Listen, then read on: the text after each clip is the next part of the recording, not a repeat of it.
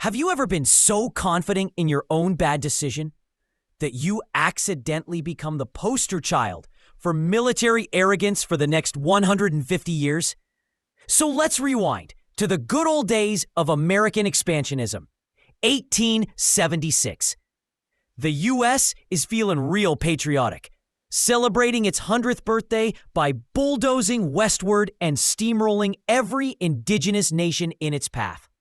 Now, in this grand Manifest Destiny cosplay, there's gold found in the Black Hills of South Dakota, land that legally belongs to the Lakota Sioux under the Fort Laramie Treaty of 1868. But when has legal ownership ever stopped anyone in American history, right? So the government says, screw treaties, and decides they want that gold. To no one's surprise, native tribes like the Lakota, Northern Cheyenne, and Arapaho aren't exactly thrilled about being told to leave their own land. So what does the U.S. Army do? They send in someone with the tact of a bulldozer and the self-awareness of a rock, George Armstrong Custer. Custer was a Civil War hero, a brevet major general at just 23 years old. Dude peaked early and hard. After the war, he got bumped down to lieutenant colonel and transferred out west, where he tried to make Custer the Indian fighter a brand. He loved two things, his golden hair and his reputation. If TikTok had existed back then, Custer would have been the guy doing shirtless cavalry drills for likes. Fast forward to summer 1876. The U.S. Army organizes a three-pronged campaign to push the Lakota and their allies onto reservations. Custer's part of the deal, commanding the 7th Cavalry.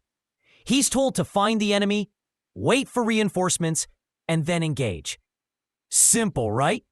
Except Custer takes one look at the Lakota camp near the Little Bighorn River, which, either way, held between 1,500 and 2,000 warriors, and goes, "We got this." Now let's put that in perspective. He had about 600 soldiers. He was outnumbered at least 3-1, possibly 5-1, depending on whose account you read. But rather than wait for Generals Terry and Gibbon, who were just days behind, Custer decides to go full cowboy. Because nothing says tactical genius like attacking a numerically superior, well-armed force on their own terrain without backup.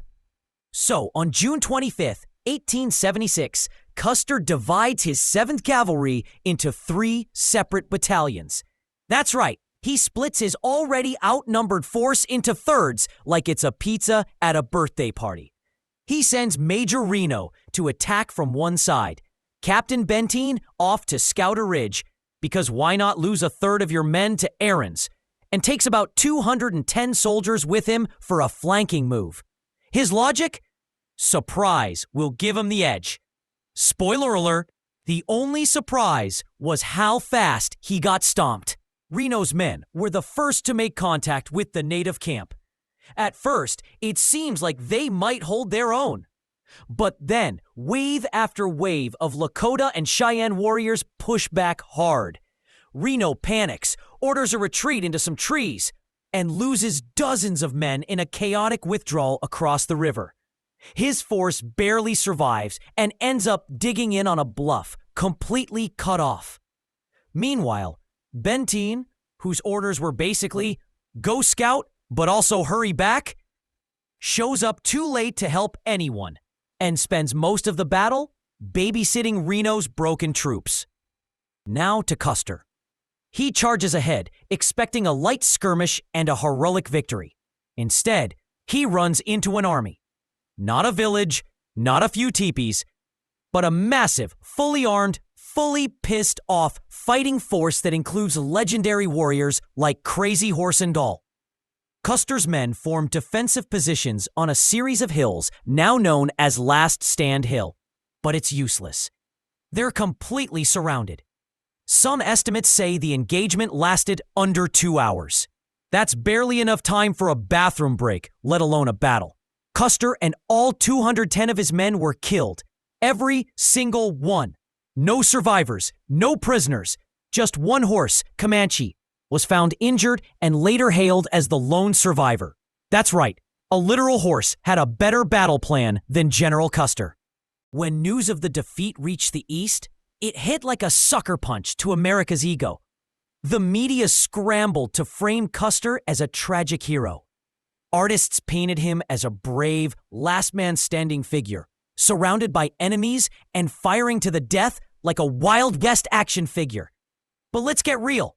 He disobeyed orders, misjudged his enemy, and basically threw 210 lives into a historical blender because he thought he could outswag thousands of hardened warriors. The U.S. government responded with fury, launching new campaigns that eventually forced most Native American tribes onto reservations. But that victory at Little Bighorn, it was one of the last major wins for indigenous resistance, and it bought them valuable time, even if the cost was brutal. And what was Custer's legacy?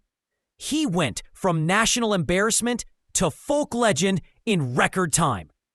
His widow, Elizabeth Bacon Custer, spent decades rewriting the narrative, turning her late husband into a misunderstood hero rather than what he really was, an egotistical hothead who underestimated an enemy that absolutely did not come to play. The moral of the story?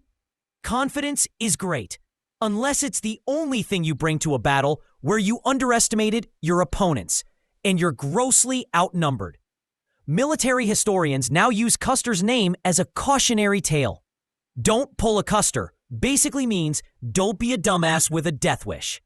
So the next time you feel like charging ahead without listening to anyone, just remember, General George Armstrong Custer ignored orders, split his army, underestimated his enemy, and turned one of America's biggest flexes into one of its biggest epic fails, all before brunch. And the cherry on top, his horse got more respect than he did.